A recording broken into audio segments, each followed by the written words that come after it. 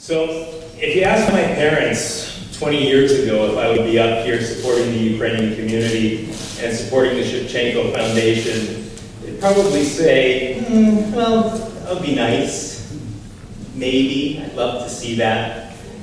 If you'd asked them 20 years ago if I would have spent the last 5 years as the MC and host of the Toronto Ukrainian Festival, they would say, you know, that would be really cool, that would be nice, but maybe not. And if you had asked them 20 years ago if I would have introduced all of the heads of states at the Ukrainian-Canadian Congress Triennial Conference when it was held in Toronto, they would probably say, no, not my son, not likely. And here's the reason why. When I was growing up, I had a real chip on my shoulder for the Ukrainian community.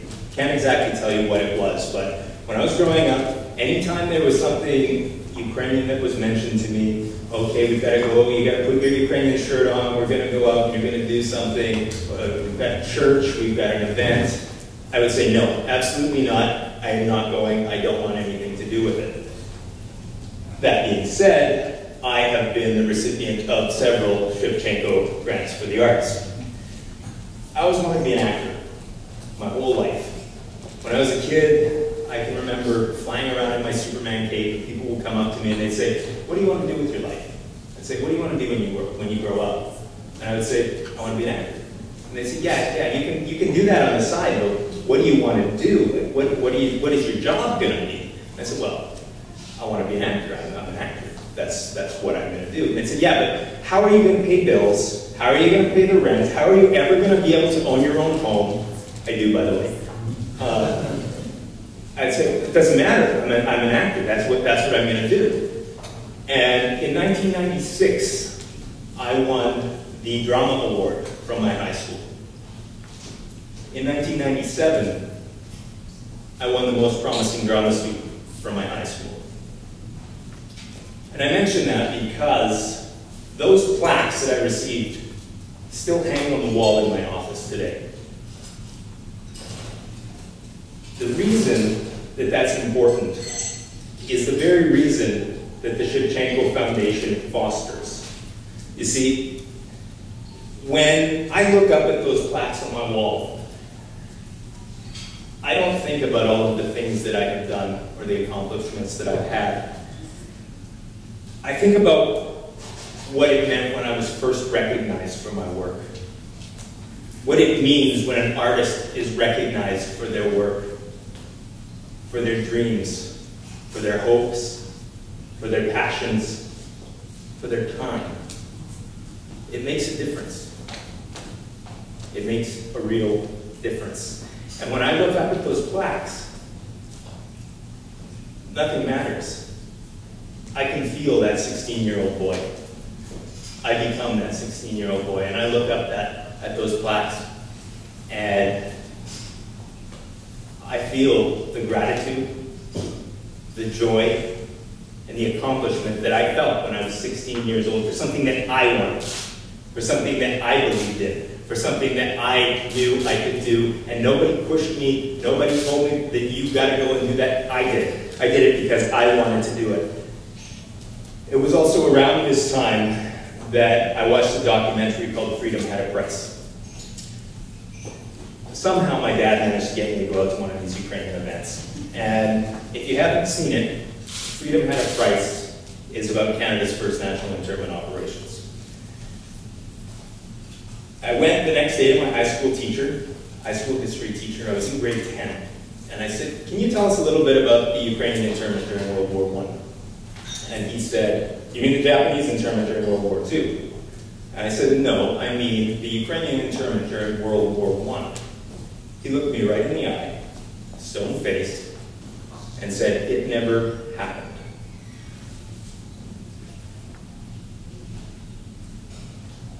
I had no idea that that statement would shape the next 15 to 20 years of my life.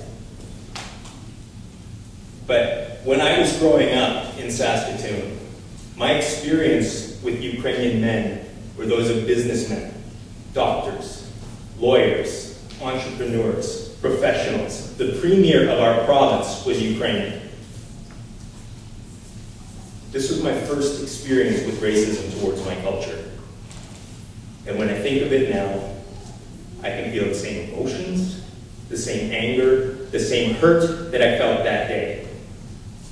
So it is safe to say that a film that was supported by the Shevchenko Foundation inadvertently brought me back into the fold of being a proud Canadian Ukrainian.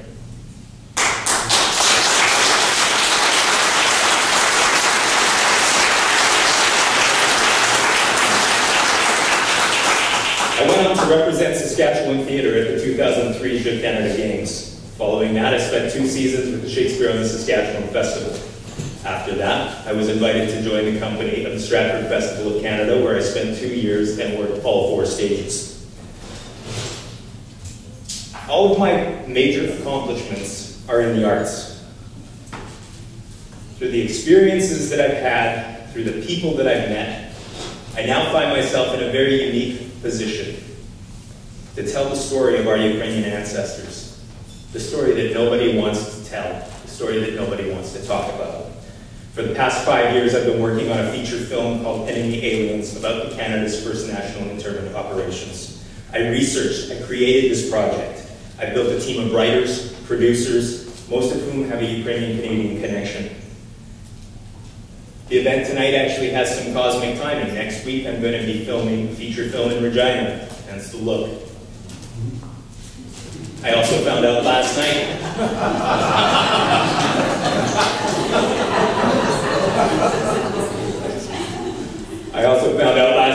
that one of my grant applications was approved through the Canadian First World War Internment Recognition Fund, which is a fund managed by the Shevchenko Foundation.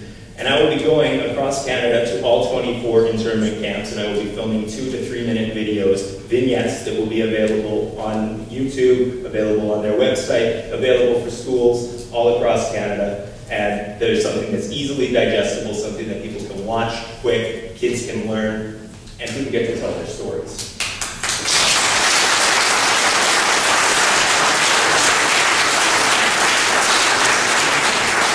I'm also happy to say that our financing is on track for the feature film Enemy Aliens. We are currently looking for an executive producer that can bring the rest of the money that we need so that we can go to picture in May of next year. So we are on track and we are ready to go.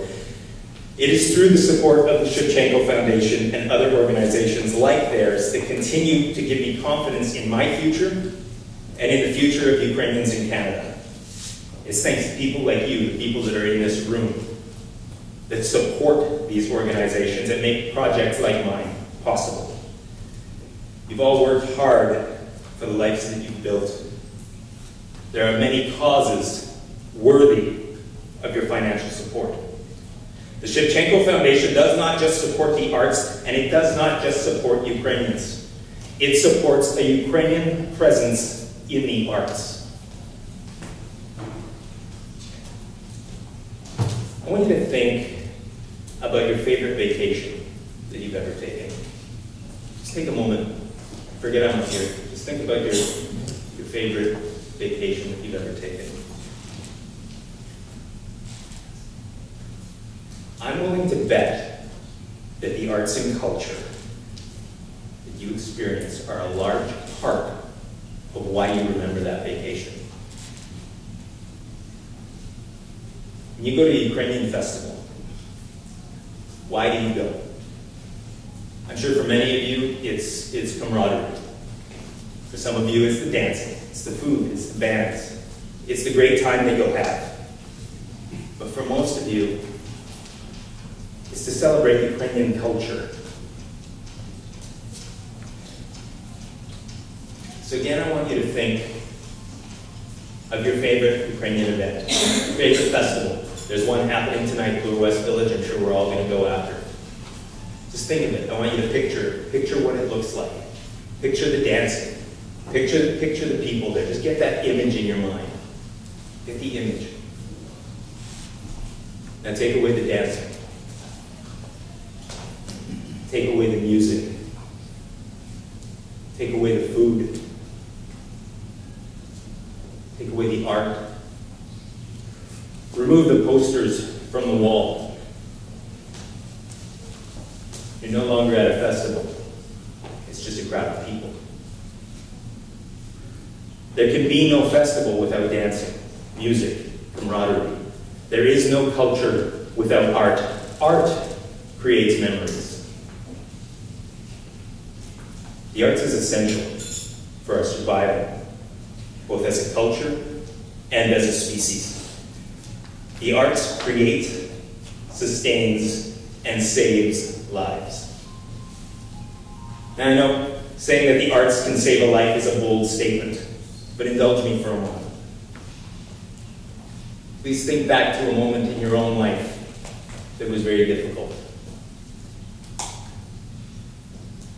Loss of a loved one, stress of a new job, the loss of that new job, the loss of a friendship.